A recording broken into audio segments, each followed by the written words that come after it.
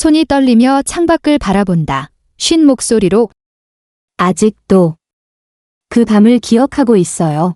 도현 씨? 미소를 지으며 불타는 눈빛. 당신은 잊을 수 있다고 생각했나요? 현주 씨, 당신은 내 긴 밤에 불을 붙였어요. 40년 넘게 아무도 가까이 오지 못했던 불꽃을요.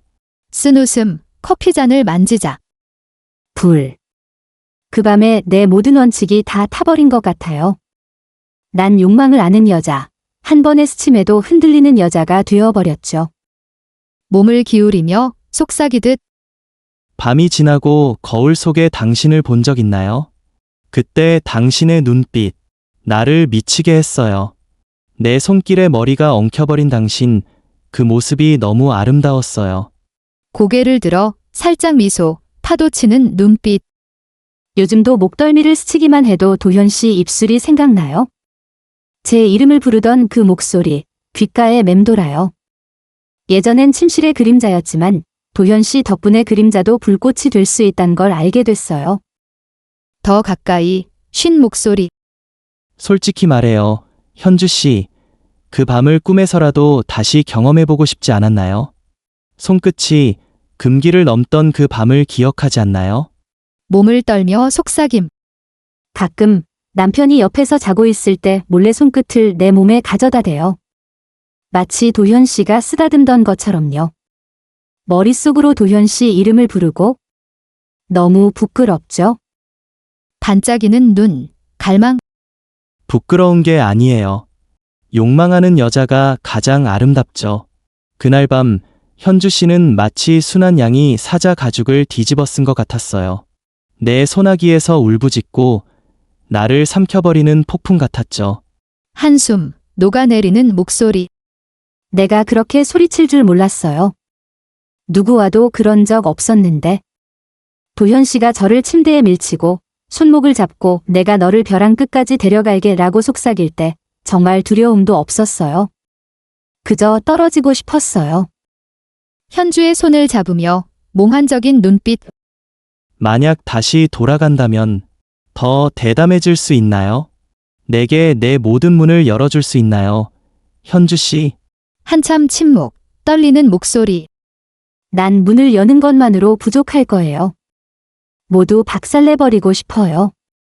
다시 한번 도현 씨 입술에서 녹아내리고 도현 씨 팔에 목이 조여질 때까지 내가 누구인지 잊어버리고 싶어요. 입술을 깨물며 억누른 듯. 알죠? 그날 밤 현주 씨가 내 이름을 부르며 몸을 떨던 순간 난 처음으로 진짜 살아있다고 느꼈어요. 현주 씨가 나를 남자로 봐줬다는 그 느낌. 그 순간 나는 사냥꾼이자 먹잇감이었어요. 눈을 감고 속눈썹이 떨림. 그런데 결국 난 다시 일상으로 돌아가야 했죠. 다시 착한 아내, 착한 엄마, 말없는 식탁의 그림자. 한숨, 낮게 속삭임. 나는 아직도 밤마다 현주 씨 신음소리가 귓가를 맴돌아요. 현주 씨 손톱 자국을 등에서 느끼고 싶어요. 다른 여자와 함께 있어도 항상 실망뿐이에요. 멍하니 쉰 소리. 세상이 다시 선택할 기회를 준다면 난 그 밤을 1000번이라도 선택할 거예요. 도현 씨, 나와 끝까지 갈 용기가 있나요? 모든 걸 버리고 손을 꼭 잡으며 떨리는 입술. 현주 씨가 용기 낸다면 난 마지막 불꽃이 되어 두려움을 다 태워줄게요.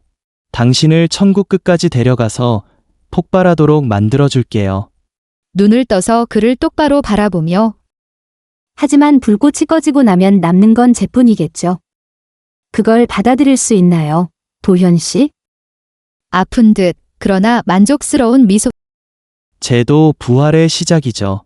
현주 씨가 한 번이라도 타오른 여자였다는 걸 기억하게 해주세요. 그걸로 내 존재의 이유는 충분해요. 손을 빼고 일어나 눈이 촉촉함. 고마워요. 날 태워준 단 한 번의 남자여서, 도현 씨. 여주의 뒷모습에 낮게 속삭임. 다시 타오르고 싶을 땐 밤에 내 이름을 부르기만 해요. 어디서든 현주 씨 곁으로 불어갈 테니. 27살의 다른 남자와 잠자리를 가졌다는 사실이 믿기지 않는다. 더구나 내 남편이 바로 옆방에서 다른 여자와 같은 일을 하고 있었던 그 밤이었다. 이런 이야기를 하게 될 줄은 꿈에도 몰랐다. 28년 동안 한 남자만 알고 살아온 평범한 주부였으니까. 그런데 단 하룻밤 만에 내 인생의 모든 것이 완전히 뒤바뀌어 버렸다. 그날 밤 나는 정말 미쳐버린 것 같았다. 아니면 그동안 너무 억눌려 살아온 탓이었을까? 40이 훌쩍 넘은 나이에 낯선 남자가 내 몸을 만졌을 때 나는 거부하지 않았다. 오히려 더 갈망했던 것 같다. 도연은 완전히 달랐다. 그는 내가 어떻게 해야 기뻐하는지 정확히 알고 있었다. 그의 손길 하나하나가 나를 미치게 만들었다. 모든 것이 끝난 후 거울을 바라보니 내가 아닌 것 같았다. 머리는 엉켜 있고 몸 구석구석에는 도연의 흔적이 남아 있었다. 그런데 이상하게도 전혀 후회되지 않았다. 오히려 이런 생각이 들었다. 아, 내가 이런 여자였구나. 여러분은 어떠신가요? 만약 기회가 온다면 여러분도 나처럼 행동할 수 있을까요? 아니면 끝까지 거부할 수 있나요? 솔직히 말해, 그 밤 이후 내 인생은 완전히 달라졌다. 남편을 바라보는 시선도, 나 자신을 바라보는 시선도 모든 것이 달라졌다. 지금부터 들려드릴 이야기는 한 번의 실수로 시작해서 진짜 행복을 찾아가는 과정이다. 부끄럽고 창피한 부분도 있지만 숨김없이 솔직하게 말씀드릴 거예요. 혹시 비슷한 고민을 하는 분이 있다면 이 이야기가 작은 위로가 될 수 있기를 바란다. 이제 시작해볼까요? 그날 밤 내가 어떻게 다른 남자의 품에 안기게 되었고 그 후 무슨 일이 벌어졌는지 말이다. 남편 준호가 아침 식사를 하면서 오늘 저녁 거래처 부부와 식사해야 한다고 말했다. 나도 같이 가달라는 부탁이었다. 50대 초반이 되니까 이런 자리가 점점 부담스럽게 느껴진다. 예전에는 사람들과 어울리는 것이 재미있었지만 이제는 왠지 모르게 피하고 싶어진다. 준호는 54살이다. 결혼한 지 28년, 우리 사이엔 대학생인 딸 하나가 있다. 준호는 중견기업에서 영업팀장으로 일하고 있고 나는 동네 카페에서 파트타임으로 일한다. 저녁 6시 우리는 서울 송파구의 고급 아파트 펜트하우스에 도착했다. 엘리베이터를 타고 20층까지 올라가는 동안 준호는 계속 넥타이를 만지작거렸다. 긴장한 티가 역력했다. 문을 열고 나온 사람은 45쯤으로 보이는 남자였다. 키가 크고 단정한 인상이었으며 묘하게 여유로운 분위기가 있었다. 그가 바로 도연이었다. 도연은 우리를 반기며 자연스럽게 악수를 청했다.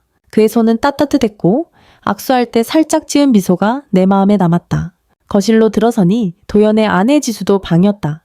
지수는 40 초반처럼 보였고 짙은 화장에 몸에 딱 붙는 원피스를 입고 있었다. 첫인상부터 범상치 않은 여자라는 느낌이 들었다. 펜트하우스 내부는 정말 화려했다. 통유리로 된 거실에서는 석촌 호수가 한눈에 보였고 인테리어도 세련되고 고급스러웠다. 우리 집과는 차원이 달랐다. 저녁 식사는 펜트하우스 내 다이닝룸에서 했다. 도연이 미리 준비한 음식들이 상에 가득 차 있었다. 고급 레스토랑에서나 볼 법한 요리들이었다. 와인도 준비되어 있었다. 도연이 와인에 대해 설명하며 따라주는데 그의 목소리가 자연스럽고 부드러워 듣기 좋았다. 준호는 평소보다 말수가 적었다. 이런 자리에선 늘 그랬다. 지수는 분위기를 주도하는 타입이었다. 여행, 맛집, 쇼핑 등 다양한 이야기를 끊임없이 이어갔다. 그런데 대화 중간중간 던지는 말들이 꽤 대담했다. 도연은 종종 내 이야기에 관심을 보였다. 어떤 일을 하는지, 취미는 뭔지, 평소에 뭘 즐기는지 물었다. 그때마다 나를 바라보는 그의 시선을 느꼈다. 식사가 끝나고 우리는 거실로 자리를 옮겼다. 도연이 더 좋은 와인을 꺼내왔다. 점점 더 분위기가 편안해졌다. 하지만 나는 어딘가 모르게 어색한 기분이 들었다. 도연이 내 옆에 앉아 이야기를 나누는 동안 그의 시선이 자꾸 내게 머물렀다. 그냥 예의상 대화하는 느낌이 아니었다. 그의 눈빛에는 확실히 다른 의미가 담겨 있었다. 지수는 준호에게 계속 관심을 보였다. 회사 일, 스트레스, 취미를 물으며 준호의 말에 과장되게 반응했다. 시간이 흐르면서 와인의 영향 탓인지 분위기는 더욱 자유로워졌다. 지수가 갑자기 게임을 제안했다. 진실 혹은 대담이라는 게임이었다. 돌아가며 질문하고 답을 못하면 벌칙을 받는 게임이었다. 처음엔 가벼운 질문이었지만 점점 더 사적인 질문으로 바뀌었다. 도연이 나에게 물었다. 지금까지 살면서 가장 후회되는 일이 무엇이냐고. 나는 잠시 망설였지만 솔직하게 대답했다. 젊었을 때 더 많은 경험을 해보지 못한 것이 후회된다고 했다. 지수가 준호에게 질문했다. 결혼 생활에서 가장 아쉬운 점이 무엇이냐고. 준호는 당황했지만 소통이 부족했던 것 같다고 말했다. 게임이 계속될수록 질문은 점점 더 대담해졌다. 지수가 마지막으로 정말 충격적인 질문을 던졌다. 만약 기회가 온다면 다른 사람과 하룻밤을 보내보고 싶은지 묻는 것이었다. 순간 거실은 조용해졌다. 모두가 서로의 얼굴을 바라보았다. 분위기가 묘하게 변했다. 장난스럽던 게임이었는데 갑자기 진지해진 것이다. 여러분도 이런 상황에 처해 본 적이 있나요? 궁금하다면 구독과 좋아요를 눌러주세요. 도연이 먼저 입을 열었다. 자신은 가끔 그런 생각을 해본 적 있다고 솔직히 말했다. 그러면서 나를 바라봤다. 그의 시선엔 확실한 의미가 담겨 있었다. 지수도 웃으며 말했다. 그렇다면 실제로 해보는 건 어떻냐고. 부부끼리 바꿔보는 거 말이다. 그녀의 말에 모두가 멈췄다. 나는 그 말을 듣고 심장이 미친 듯이 뛰기 시작했다. 이게 진심인지 농담인지 알 수 없었다. 지수의 표정은 진지했고 도연 역시 별다른 반응을 보이지 않았다. 준호는 잠시 머뭇거리더니 고개를 끄덕였다. 그런 경험도 나쁘지 않을 것 같다고 말했다. 나는 그런 준호의 모습을 보고 놀랐다. 28년 동안 함께 살면서 이런 모습을 처음 봤으니까 도연이 내게 물었다. 어떻게 생각하냐고. 나는 대답할 수 없었다. 머릿속이 복잡했고 뭐라고 말해야 할지 몰랐다. 지수가 다시 말했다. 억지로가 아니라 서로 원한다면 해보자는 거라고. 이런 기회는 흔치 않다면서 분위기는 점점 더 진지해졌다. 처음엔 장난인 줄 알았는데 이젠 정말로 그런 일이 벌어질 수도 있겠다는 생각이 들었다. 도연이 내 손을 살짝 잡았다. 그의 손은 따뜻했고 나는 그 손을 뿌리치지 않았다. 오히려 그 순간이 나쁘지 않다고 느꼈다. 준호와 지수는 이미 서로 가까이 앉아 있었다. 지수가 준호의 어깨에 손을 올렸고 준호도 거부하지 않았다. 나는 그런 준호를 보며 복잡한 감정이 들었다. 질투와 해방감이 동시에 밀려왔다. 28년 동안 쌓인 일상의 무게에서 벗어날 수 있을 것만 같았다. 도연이 나에게 속삭였다. 원하지 않으면 언제든 멈추자고. 그런데 나는 멈추고 싶지 않았다. 오히려 더 깊이 빠져들고 싶었다. 지수가 일어나 준호의 손을 잡았다. 그리고 안방으로 가자고 했다. 준호는 잠시 망설이다가 지수를 따라 일어났다. 그들이 방으로 들어가는 것을 보며 나는 묘한 기분이 들었다.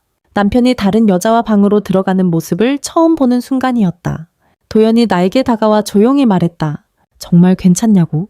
나는 고개를 끄덕였다. 내 마음은 이미 결정되어 있었다. 도연이 내 손을 잡고 조용히 일어섰다. 그리고 작은 방으로 나를 이끌었다. 다리가 떨렸지만 그 손을 놓지 않았다. 문이 닫히는 순간 전혀 다른 세계로 들어선 것만 같았다. 51년 동안 한 번도 경험하지 못했던 새로운 세계였다. 도연이 천천히 내 어깨를 감싸 안았다. 그의 천이 내 온몸에 전달되는 순간 오래된 감정들이 깨어났다. 나는 준호의 얼굴을 잠깐 떠올렸다. 그리고 지금 옆방에서 지수와 함께 있을 그의 모습을 상상했다. 이상하게도 질투보다는 해방감이 더 크게 느껴졌다. 도연의 손길은 조심스러웠다. 마치 깨지기 쉬운 유리를 다루는 듯 한 번도 느껴보지 못한 세심함이었다. 그의 따뜻한 입술이 내 볼에 닿았다. 나는 눈을 감고 그 감촉을 온전히 느꼈다. 오랫동안 메마른 사막 같았던 마음에 봄비가 내리는 기분이었다. 옆방에서 들려오는 소리들이 점점 커졌다. 준호와 지수가 있는 방이었다. 그 소리를 들으며 나는 이상하리만큼 자유로워졌다. 도연이 내 손을 잡고 침대로 이끌었다. 나는 거부하지 않았다. 오히려 그가 더 적극적으로 다가와 주길 바랐다. 오랫동안 눌러왔던 욕망이 한순간에 터져나왔다. 침대에 앉아서 서로를 바라볼 때 도연의 눈에서 진심을 읽을 수 있었다. 그는 단순히 육체적인 욕망이 아니라 나라는 존재 자체를 원하고 있었다. 도연이 내 머리칼을 쓰다듬으며 천천히 목덜미에 입을 맞췄다. 그 순간 온몸에 전기가 흐르는 것 같았다. 28년 동안 한 남자와만 살아온 내가 지금 다른 남자의 품에 안겨 있다는 것이 믿기지 않았다. 도연의 손이 내 블라우스 단추를 하나씩 풀었다. 그의 손길은 부드럽고도 확신에 차 있었다. 나는 그 손길에 온전히 몸을 맡겼다. 긴 세월 잊고 살았던 감각들이 되살아나는 기분이었다. 옷이 하나씩 벗겨질 때마다 부끄러웠다.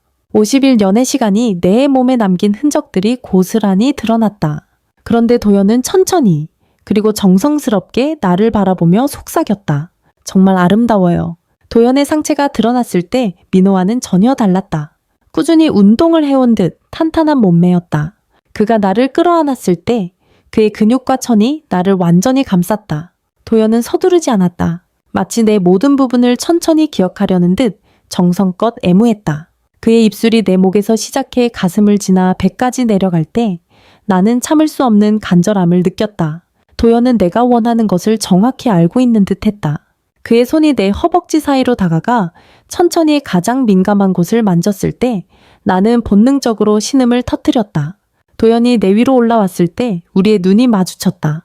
그 눈에는 욕망과 동시에 따스함이 있었다. 그가 천천히 나와 하나가 되려는 순간 나는 다리를 벌려 그를 받아들였다. 처음 그의 몸이 들어왔을 때 놀라움과 새로운 감각이 동시에 밀려왔다. 도연은 더 크고 단단했다. 그가 천천히 움직이기 시작하자 나는 오랫동안 경험하지 못했던 완전함을 느꼈다. 처음엔 조심스러웠던 움직임이 점점 더 깊고 강렬해졌다. 나 역시 그의 리듬에 몸을 맡겼다. 허리를 들어 올려 그를 더 깊이 느꼈다. 도연이 내 다리를 어깨에 올리고 더 거칠게 움직이기 시작하자 나는 거의 비명을 지를 뻔했다. 이런 자세는 준호와는 해본 적이 없었다. 완전히 새로운 감각이었다. 절정이 가까워질 때 나는 도연의 등을 감싸며 그의 이름을 부르고 있었다. 그 순간 온몸이 격렬하게 떨렸다. 도연 역시 내 안에서 절정에 이르렀다. 우리는 서로를 꽉 껴안고 한동안 숨을 몰아쉬었다. 모든 것이 끝난 후 아무 말 없이 나란히 누워 있었다. 도연이 내 등을 조심스럽게 쓰다듬었다. 나는 그의 가슴에 얼굴을 묻었다. 왠지 모르게 평온했다. 도연이 물었다. 후회하지 않아요? 나는 고개를 저었다. 후회하지 않아요. 오히려 이런 경험을 하게 되어 감사해요. 옆방에선 아직 소리가 들려왔다. 준호와 지수도 아직 끝나지 않은 듯 했다. 나는 그 소리를 들으며 복잡한 감정을 느꼈다. 도연이 다시 나를 안아주었다. 그리고 조용히 속삭였다. 이 밤이 끝나지 않았으면 좋겠어요. 나도 같은 마음이었다. 시간이 흐르며 우리는 다시 서로를 원하게 되었다. 두 번째는 첫 번째보다 더 격렬했다. 욕망이 더 커진 것처럼 느껴졌다. 새벽 3시쯤 모든 것이 끝났다. 우리는 지친 몸으로 서로를 바라보았다. 도연의 눈엔 만족감이 가득했고 나 역시 오랫동안 느끼지 못했던 충만함이 있었다. 옆방에서 준호와 지수가 나오는 소리가 들렸다. 우리도 옷을 챙겨 입고 방에서 나왔다. 거실에서 마주친 네 사람 모두 어색한 표정이었다. 준호는 평소와 다르게 보였다. 어딘가 개운해 보이기도 했고 동시에 당황한 표정도 보였다. 지수는 여전히 여유로운 미소를 지었지만 머리가 조금 헝클어져 있었다. 지수가 먼저 입을 열었다. 다들 즐거운 시간 보낸 것 같아요.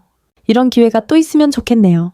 도연이 나를 바라보며 미소를 지었다. 그 미소에는 아쉬움과 만족감이 동시에 담겨 있었다. 나도 조용히 미소를 지었다. 집으로 돌아오는 길, 준호와 나는 한마디 말도 하지 않았다. 택시 안에서 서로 다른 곳을 바라보고 있었다. 무슨 말을 해야 할지 몰랐다. 집에 도착해서도 각자 씻고 조용히 잠자리에 들었다. 평소와 달리 서로 등을 돌린 채 누웠다. 같은 침대에 누워있지만 마음은 완전히 다른 곳에 있었다. 나는 잠이 오지 않았다. 도연과 함께한 시간이 계속 떠올랐다. 그의 손길 전 속삭임이 생생하게 기억났다. 준호도 잠을 이루지 못하는 듯했다. 뒤척이는 소리가 자주 들렸다. 그 역시 지수와의 시간을 떠올리고 있을 것이다. 다음날 아침, 우리는 평소처럼 조용히 아침 식사를 했다. 그러나 어색한 기류가 흐르고 있었다. 서로 눈을 마주치지 않으려 애썼다. 준호가 먼저 입을 열었다. 어젯밤 일에 대해 얘기해야 할 것 같아. 나는 고개를 끄덕였다. 피할 수 없는 대화였다. 준호가 조심스럽게 말했다. 나도 지수와 함께 시간을 보내면서 새로운 감정을 느꼈어. 너에게도 그런 경험이 필요했을 것 같아. 나는 솔직하게 말했다. 도연과 함께한 시간 나쁘지 않았어. 오히려 오랫동안 잊고 있던 감정을 다시 느낄 수 있어서 좋았어. 우리는 서로 비난하지 않기로 했다. 대신 이번 경험을 통해 부부 관계를 다시 생각해보기로 약속했다.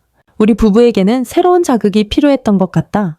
며칠이 지나고 나서도 도연의 손길과 눈빛, 그리고 나를 바라보던 따뜻한 미소가 머릿속에서 떠나지 않았다. 그와 보낸 밤이 너무 강렬해서 51년을 살아오면서 한 번도 느껴보지 못했던 감정이 계속 밀려왔다. 어느 날 도연에게서 문자가 왔다. 다시 시간을 보내고 싶다는 내용이었다. 그 문자를 보는 순간 심장이 쿵쾅거렸다. 나도 그와 다시 만나고 싶은 마음이 굴뚝 같았다. 하지만 동시에 두려움이 밀려왔다. 이런 관계가 계속되면 우리 부부에게 어떤 결과가 닥칠지 모르기 때문이었다. 일주일 후 도연에게서 또 한 번 연락이 왔다. 이번에는 단둘이 호텔에서 만나자는 구체적인 제안이었다. 나는 그 문자를 한참 동안 바라보며 고민했다. 마음속에서는 이미 만나고 싶다는 생각이 끌어올랐지만 과연 이것이 옳은 일인지 스스로에게 수십 번 물었다. 준호는 평소와 다름없이 지냈다. 오히려 그날 밤 이후로 더 다정해진 것 같았다. 아마 지수와의 경험이 그에게도 자극이 되었을 것이다. 하지만 나는 계속해서 도연 생각에 빠져 있었다. 결국 나는 도연에게 답장을 보냈다. 만나겠다고. 약속 장소는 삼성동의 한 호텔이었다. 도연이 미리 방을 예약해 두었다고 했다. 호텔에 도착했을 때 그는 이미 로비에서 나를 기다리고 있었다. 다시 도연을 보니 온몸이 떨리고 두근거렸다. 엘리베이터에서 도연이 내 손을 잡았다. 그의 손은 여전히 따뜻했다. 나는 그 손에 온몸을 맡겼다. 마치 불나방이 불빛에 이끌리듯 자연스럽게 따라갔다. 방에 들어서자마자 도연이 나를 품에 안았다. 그 순간 모든 걱정과 두려움이 사라졌다. 오직 도연과의 시간이 전부였다. 도연이 벽에 나를 밀어붙이며 강하게 키스했다. 그가 내 블라우스를 벗기고 나는 그의 셔츠 단추를 조급하게 풀었다. 호텔 침대에 서로 쓰러지듯이 몸을 맡겼다. 그는 내 가슴을 애무하며 젖꼭지를 혀로 핥았다. 나는 허리가 저절로 들려올랐다. 도연의 손이 내 다리 사이로 들어가 이미 젖어있는 그곳을 만졌을 때 나는 참지 못하고 신음을 터뜨렸다. 도연은 내가 충분히 준비될 때까지 부드럽게 애무해 주었다. 그의 혀가 가장 민감한 부분을 스치자 나는 그의 머리를 꼭 잡고 더 원한다고 속삭였다. 이런 경험은 준호와는 절대 해본 적이 없었다. 도연이 나를 뒤로 돌려 엎드리게 했을 때 완전히 새로운 흥분이 밀려왔다. 뒤에서 관통하는 느낌은 그 어떤 자세보다도 강렬했다. 도연은 내 허리를 잡고 리드미컬하게 움직였다. 나는 베개를 움켜쥐고 그의 리듬에 맞춰 몸을 흔들었다. 거울에 비친 우리의 모습은 음란하면서도 아름다웠다. 우리는 여러 번 자세를 바꿔가며 서로를 탐닉했다. 내가 그의 위에 올라타서 움직일 때 도연은 내 엉덩이를 잡고 더 깊이 들어오라고 속삭였다. 나는 그의 말에 맞춰 더 강렬하게 움직였다. 마지막에는 다시 정면으로 마주보며 사랑을 나눴다. 도연이 내 다리를 벌리고 최대한 깊이 들어왔을 때 나는 거의 기절할 것 같은 쾌감을 느꼈다. 우리는 동시에 절정에 이르렀고 서로를 꽉 끌어안았다. 끝나고 난 뒤에도 한참 동안 서로를 안고 있었다. 땀에 젖은 몸이 밀착되어 있었고 거친 숨소리만이 방 안을 가득 채웠다. 도연이 내 머리를 쓰다듬으며 속삭였다. 정말 좋았어요. 그러나 그 순간 왠지 모르게 공허함이 밀려왔다. 몸은 만족했지만 마음 한구석이 허전했다. 내가 정말 원하는 게 무엇인지 스스로에게 의문이 들었다. 도연이 앞으로도 계속 만나자고 물었다. 나는 대답하지 못했다. 그 순간 준호의 얼굴이 떠올랐다. 집으로 돌아가는 길, 나는 긴 생각에 잠겼다. 도연과의 관계는 육체적인 욕망뿐이었다. 감정이 깊이 들어간 관계가 아니었다. 그리고 이런 관계가 계속된다면 준호와 나 사이엔 다시는 돌이킬 수 없는 금이 갈지도 모른다는 생각이 들었다. 집에 도착해 준호를 보니 갑자기 미안한 마음이 몰려왔다. 28년 동안 함께한 남편을 배신한 것 같았다. 그리고 무엇보다 이런 비밀을 안고 살아가는 것이 너무 힘들 것 같았다. 준호가 물었다. 어디 다녀왔냐고? 나는 친구를 만났다고 거짓말을 했다. 그런 내 모습이 한심하게 느껴졌다. 그날 밤 나는 도연에게 문자를 보냈다. 더 이상 만날 수 없다는 내용이었다. 이런 관계는 옳지 않다고 생각한다고 말했다. 도연은 곧바로 답장을 보냈다. 왜 갑자기 결정을 바꿨냐고 물었지만 나는 더 이상 답장하지 않았다. 이 관계를 끝내기로 결심했다. 며칠 후 도연에게서 마지막 문자가 왔다. 나의 결정을 존중하며 함께한 시간에 감사하다는 내용이었다. 그 문자를 보고 눈물이 났다.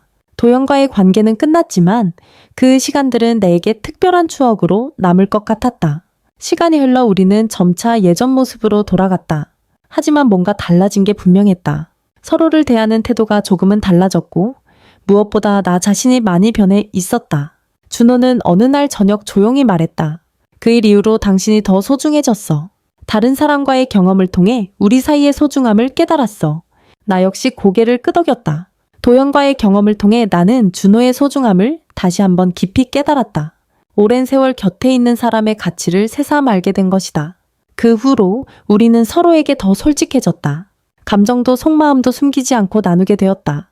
오히려 그 일이 우리 관계의 전환점이 되었다고 생각한다. 2달이 지난 후 나는 완전히 새로운 사람이 된 것 같았다. 도연과의 경험이 나에게 새로운 에너지를 불어넣어 주었다. 51년 동안 잠들어 있던 여자가 깨어난 느낌이었다. 카페에서 일할 때도 예전과 달라졌다. 손님들도 내가 밝아졌다고 했다. 표정이 부드러워지고 말투도 더 활기차졌다고 했다. 준호도 내 변화를 느꼈다. 내가 예전보다 더 자신감 있어 보인다고 했다. 그리고 그런 나의 모습이 좋다고 했다. 우리는 새로운 부부 관계를 만들어가고 있었다.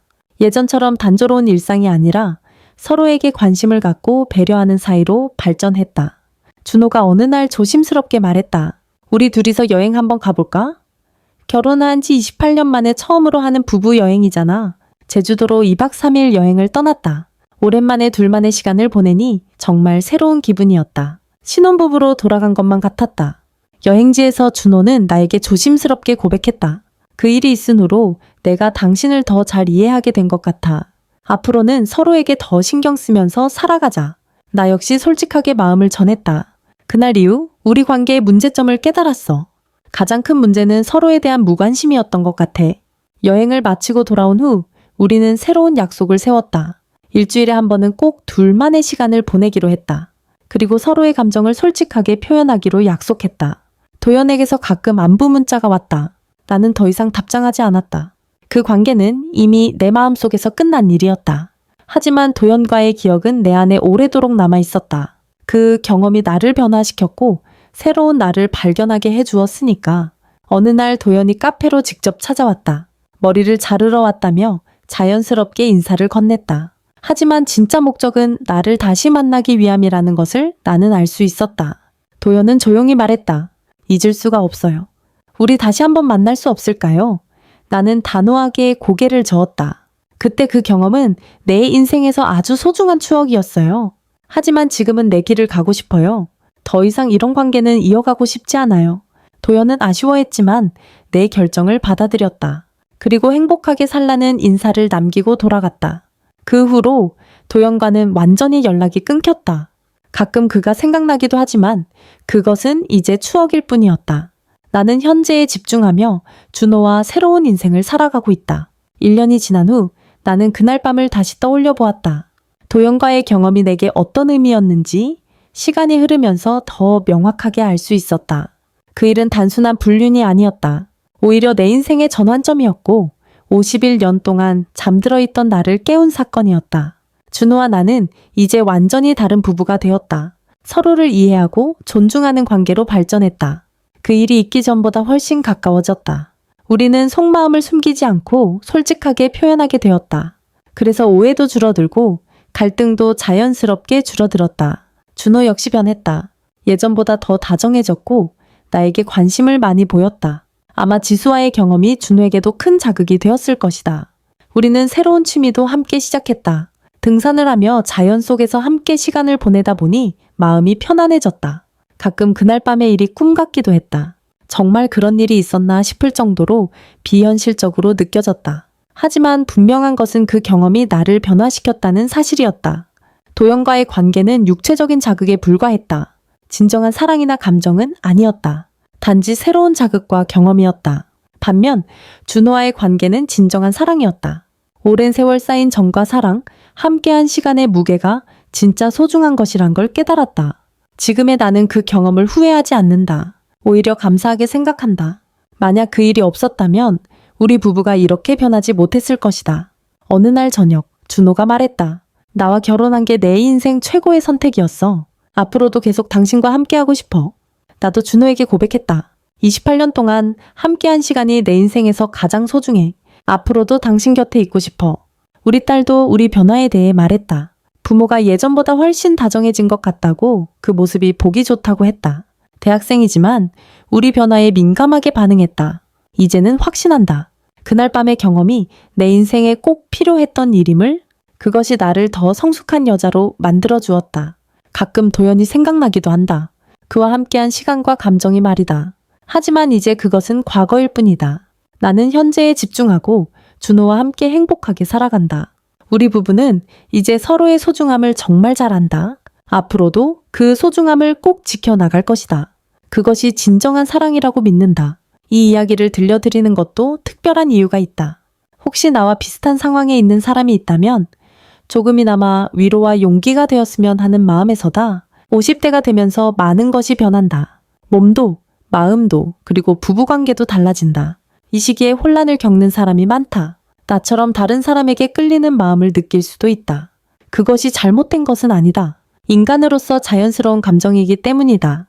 중요한 것은 그 감정을 어떻게 받아들이고 어떻게 행동하느냐이다. 나는 도연과의 경험을 통해 진짜 소중한 것이 무엇인지 깨달았다. 일시적인 욕망이나 충동에 휘둘리지 말고 정말 가치 있는 것을 지켜내는 것이 중요하다는 것을 말이다. 내게는 그 소중한 것이 바로 준호와의 관계였다. 그러나 그 경험 자체를 부정하지 않는다.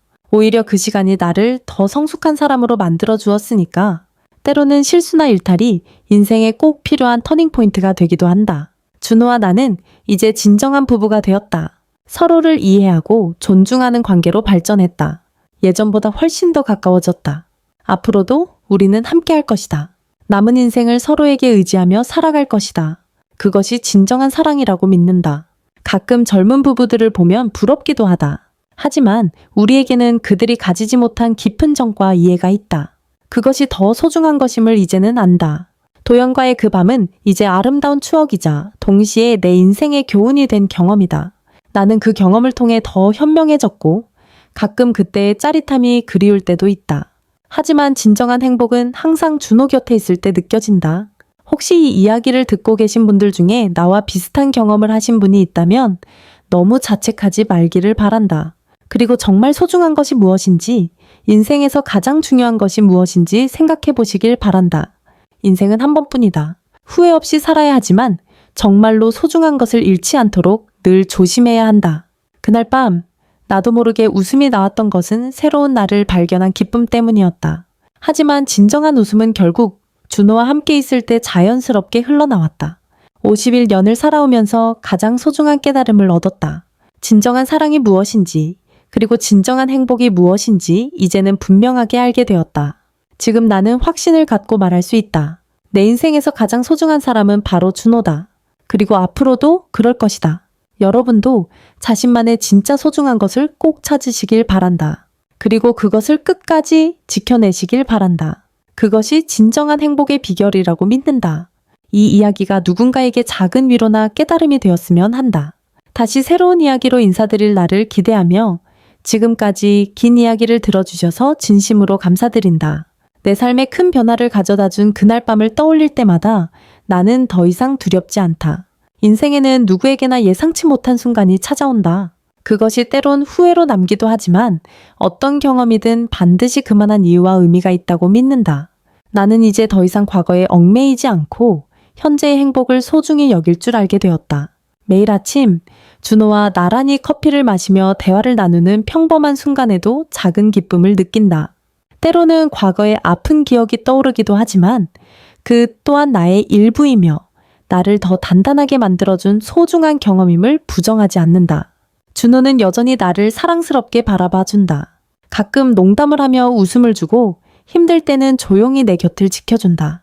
나는 이제 더 이상 두렵지 않다. 사랑도, 인생도, 실수도 모든 것이 나를 성장시키는 자양분이 되었으니까 혹시라도 누군가와의 관계에서 아픔을 겪고 있거나 변화가 두려워 망설이고 있다면 너무 자신을 책망하지 않기를 바란다. 누구나 실수를 할 수 있고 누구나 일탈을 꿈꿀 수 있다. 중요한 것은 그 과정을 통해 스스로를 돌아보고 진짜 내가 원하는 삶이 무엇인지 스스로에게 묻는 것이다. 나는 이제 더 이상 자신을 속이지 않는다. 내 마음에 솔직해졌고 준호와도 그 어느 때보다 더 진솔하게 대화를 나눈다. 서로의 아픔과 상처까지도 감싸 안고 살아간다는 것이 얼마나 큰 위로와 행복이 되는지 이제야 알 것 같다.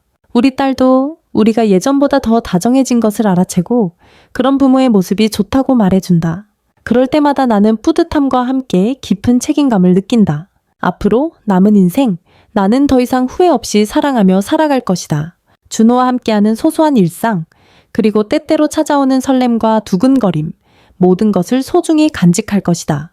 도연과의 추억도 언젠가는 완전히 잊혀지겠지만 그 시간이 있었기에 지금의 내가 있다는 사실만은 잊지 않을 것이다. 마지막으로 이 이야기를 읽고 있는 누군가가 조금이라도 위로를 얻거나 자신의 삶에 용기를 낼 수 있었으면 한다. 누구에게나 특별한 사연이 있고 누구에게나 새로운 시작이 찾아온다.